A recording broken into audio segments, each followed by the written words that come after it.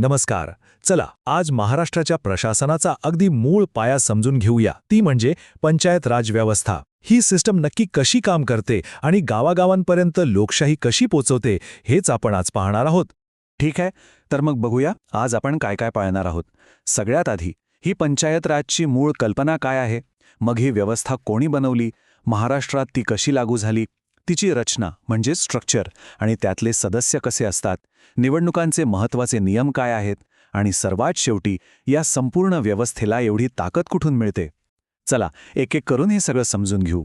चला तर मग सुरुवात करूया अगदी पहिल्या प्रश्नापासून की पंचायत राज म्हणजे नेमकं काय. तर बघा, अगदी सोप्या भाषेत सांगायचं झालं तर पंचायत राज म्हणजे स्थानिक कारभाराची एक 3-स्तरीय म्हणजे 3-tier सिस्टीम. ही व्यवस्था लोकशाहीला थेट गाव, तालुका आणि जिल्हा पातळीवर लोकांपर्यंत घेऊन जाते. बरं, मग ही जी भक्कम व्यवस्था आहे ती बनवली कोणी, याचा आराखडा कोणी तयार केला? यामागे एका मोठ्या प्रवासाची गोष्ट आहे. याची सुरुवात झाली 1957 मध्ये, जेव्हा बलवंतराय मेहता समितीने पहिल्यांदा या त्रिस्तरीय प्रणालीची शिफारस केली. याच शिफारशींच्या आधारावर पुढे महाराष्ट्रात वसंतराव नाईक समितीने एक आराखडा तयार केला. काही वर्षांनी 1977 मध्ये अशोक मेहता समितीने या प्रणालीचा आढावा घेतला आणि मग 1986 मध्ये LM सिंघवी समितीने एक खूप मोठी शिफारस केली की या प्रणालीला फक्त कायदा नाही तर थेट घटनात्मक दर्जा द्या. आणि या शिफारशीनुसारच महाराष्ट्राने पंचायत राज व्यवस्था लागू केली. असं करणारं आपलं महाराष्ट्र देशातलं 9वं राज्य ठरलं. शिफारशी तर झाल्या, पण त्या प्रत्यक्षात कशा उतरल्या, महाराष्ट्राने याला कायद्यांचं रूप कसं दिलं ते पाहूया. तर मग गंमत बघा, या 3 स्तरांसाठी एकच नाही तर 2 वेगवेगळे कायदे बनवले गेले. गाव पातळीवरच्या ग्रामपंचायतींसाठी आला महाराष्ट्र ग्रामपंचायत अधिनियम 1958 आणि मग जिल्हा परिषद आणि पंचायत समिती म्हणजे वरच्या 2 स्तरांसाठी एक वेगळा कायदा आला, महाराष्ट्र जिल्हा परिषद व पंचायत समिती अधिनियम 1961. ठीक आहे, कायदे तर झाले, पण ही व्यवस्था चालते कशी, यात कोण कोण असतं, आता ते समजून घेऊया. हे बघा, इथे ही 3-स्तरीय रचना एकदम स्पष्ट दिसते. सगळ्यात खाली गाव पातळीवर आहे ग्रामपंचायत, ज्याचे प्रमुख असतात सरपंच.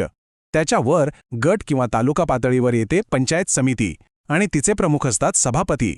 आणि सर्वात वर जिल्हा पातळीवर असते जिल्हा परिषद, जिचे प्रमुख असतात अध्यक्ष. आणि या सगळ्यांचा कार्यकाळ असतो 5 वर्षांचा. ग्रामपंचायतीमध्ये किती सदस्य असावेत हे गावाच्या लोकसंख्येवर ठरतं. कमीत कमी 7 आणि जास्तीत जास्त 17 सदस्य असू शकतात. आता जिल्हा परिषदेकडे बघा. हा सर्वात वरचा स्तर आहे, त्यामुळे इथला कामाचा आवाका खूप मोठा असतो.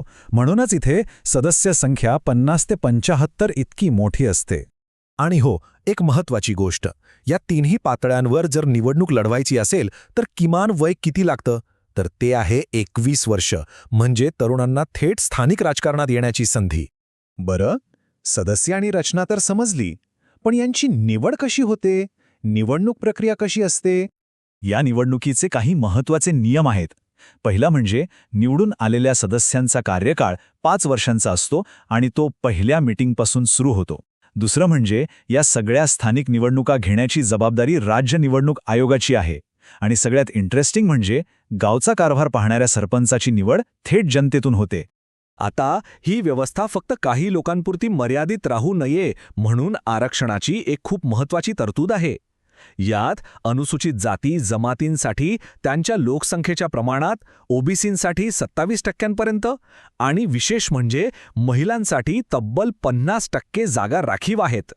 आणि महिलांसाठीचं हे 50% आरक्षण हा एक खूप मोठा क्रांतिकारी निर्णय होता.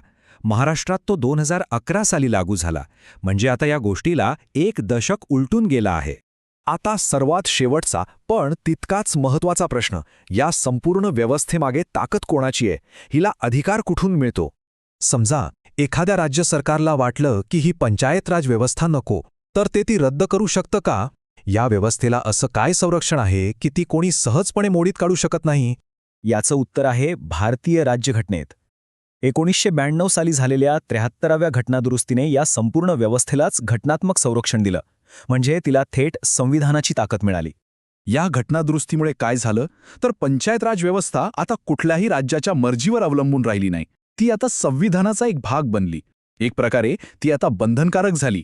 आणि 24 एप्रिल 1993 पासून हा कायदा संपूर्ण देशात लागू झाला. तर या सगळ्या माहितीचा सार काय? ही एक अशी व्यवस्था आहे जी सत्ता थेट लोकांपर्यंत पोहोचवण्यासाठी बनवली आहे. पण मग विचार करण्यासारखा प्रश्न हा आहे की ही स्थानिक पातळीवरची सत्ता खरोखरच आपल्या गावाच्या विकासात किती बदल घडवते?